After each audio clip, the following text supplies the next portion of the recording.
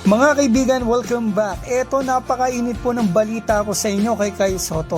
Nagsalita na po ang mismong manager nito sa Hiroshima Dragonfly sa status nito at plano po pala nila na palitan muna ang ating pambato.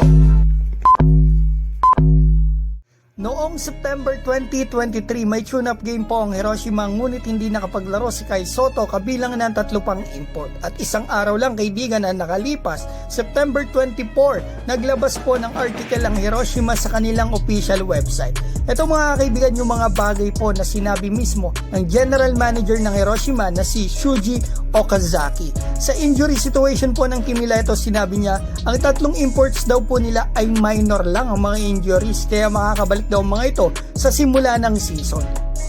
At dito na nga niya sinabi ang status ng pambato nating si Kai Sotto. Basahin po natin mabuti, ito na po yung translated sa English. As for number 11 Sotto, the timing of his return is undetermined, so hindi pa nga tukoy kung kailan makakabalik o makakapaglaro ang pambato natin. At dito ako naiiwagaan sa dinagdag niya, and there are various constraints. Ang ibig sabihin po kasi niyan ay limitations or restrictions. So bakit magkakaroon ng restrictions sa pambato natin? Kaya naman nagtanong-tanong ako mga kaibigan, sa isang kaibigan ko na abogado, kay Mr. Adorni Sanchez, maraming salamat po. Ito po ang opinion niya dito mga kaibigan sa sinabi ng manager ni Kai Sotto. Baka naka-apekto yung mga top ng manager niya sa NBA probabilities, baka naka-constraint ang activity ni Kai at kailangan mag-mellow, baka lumala ang injury at mapurnada ang talk with NBA team. Yan po ang kanyang opinion. Mga kaibigan ito masasabi ko sa inyo, hindi naman ako nagbibigay ng fake news. Totoo po yung sinabi ko sa inyo na may niluluto na NBA contract before kay Kai Sotto.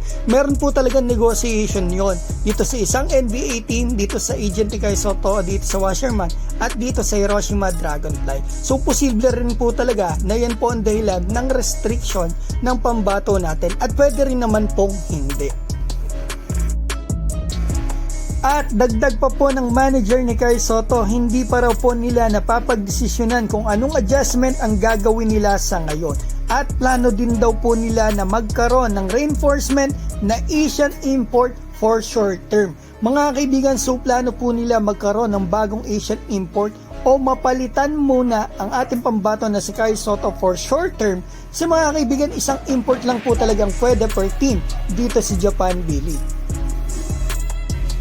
So yan po ang aking opinion dito at ito po yung opinion at reaction ng mga Japanese sa sinabi ng manager ni Kai. Hindi ko po kayo pinapasa mga kaibigan pero totoo po yung mga sinabi ko sa inyo na negosasyon ng Hiroshima at NBA ni Kai Sotto nung nakaraan. Hindi ko pa lang po talaga alam kung ang updates sa ngayon. Pero mga kaibigan, posible rin po talaga na tumagal o nagkaroon ng problema yung negotiation nang dahil na rin po nagkaroon ng injury ang pambato natin. At pangalawa, hindi masyado nakakuha ng enough exposure sa World Cup dahil na nga po mga kaibigan 2 to 3 games ata siya na bangko. So yan mga kaibigan, alam ko may opinion ka, maaari po kayo mag-comment dyan sa baba. Eto mga kaibigan, ang hinihiling ko lang talaga supportahan po natin si Kai Sotto at wag po natin siyang i-bash. Hindi po niya deserve yun at pray po natin na sana bumuti na po ang kanyang likod para makita na natin muli siya sa playing court at nagagawa niya talaga ang laro niya.